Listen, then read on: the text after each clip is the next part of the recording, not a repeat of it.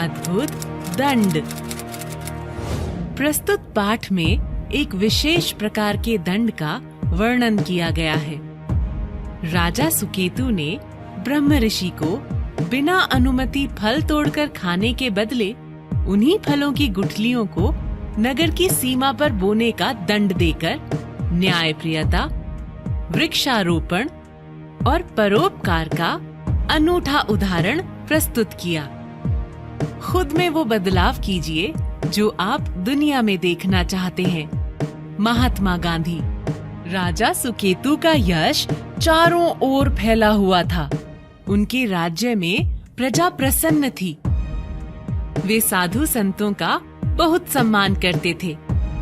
नगर में जहाँ तहाँ कुएं, बावड़ी और आश्रम थे।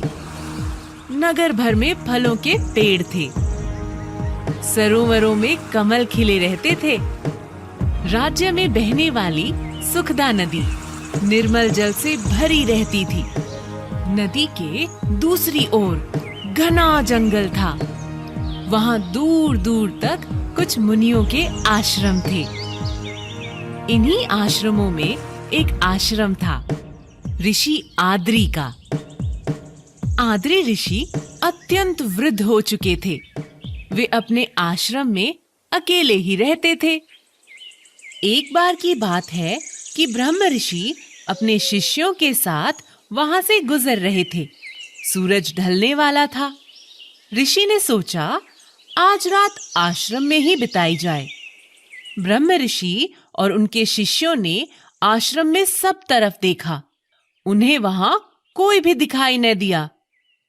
बिना किसी की अनुमति के वहां रुकना ऋषि को ठीक नहीं लग रहा था। अंधेरा बढ़ता ही जा रहा था। कोई अन्य उपाय न देखकर उन्होंने अपने शिष्यों को वहीं विश्राम करने की आज्ञा दी।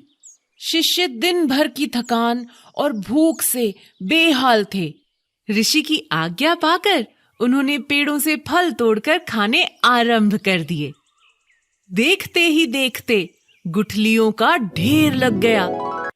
इतने में आद्री ऋषि वहां आ गए। ऋषि कुमारों को फल खाते देखकर वे आग बबूला हो उठे। उन्होंने दांत पीसते हुए कहा, मुनिवर, किसकी आज्ञा से आपके शिष्यों ने फल खाए? ब्रह्म ऋषि ने आद्री ऋषि को प्रणाम किया और बोले, ऋषिवर, मेरे शिष्य भूखे थे। आज्ञा देने वाला यहाँ कोई भी नहीं था।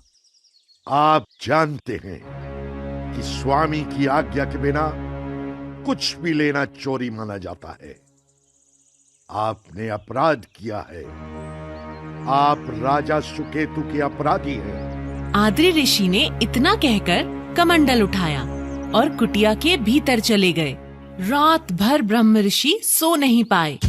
वे सोचते रहे, अनजाने में उनसे भारी अपराध हो गया। इस अपराध के बोझ को परलोक तक ले जाने से अच्छा है कि इसका दंड भोग लिया जाए। दंड भोगने से पाप अवश्य नष्ट हो जाएगा। सुबह होते ही ब्रह्म ऋषि राजा सुकेतु के दरबार में पहुंचे। ऋषि को दरबार में देखकर राजा ने आसन से उठकर उनके चरण छुए और बोले, मुनिवर, आप आसन ग्रहण कीजिए। कहिए, क्या आज्ञा है? राजन, मैं आसन ग्रहण नहीं कर सकता। मैं आपका अपराधी हूं। मेरे शिष्यों ने बिना अनुमति लिए आपके फल खाए हैं। आप मुझे दंड देकर इस अपराध से मुक्त कर सकते हैं। ब्रह्म ऋषि ने हाथ जोड़कर कहा। राजा सुकेतु बोले, ऋषिवर, भला मैं आपको दंडित कैसे कर सकता हूं? राजन, अपराध का दोष तो दंड भोगने से ही समाप्त हो सकता है, अन्यथा मेरी समस्त तपस्या पर पानी फिर जाएगा। एक अपराध भी असंख्य सुकर्मों का नाश कर सकता है।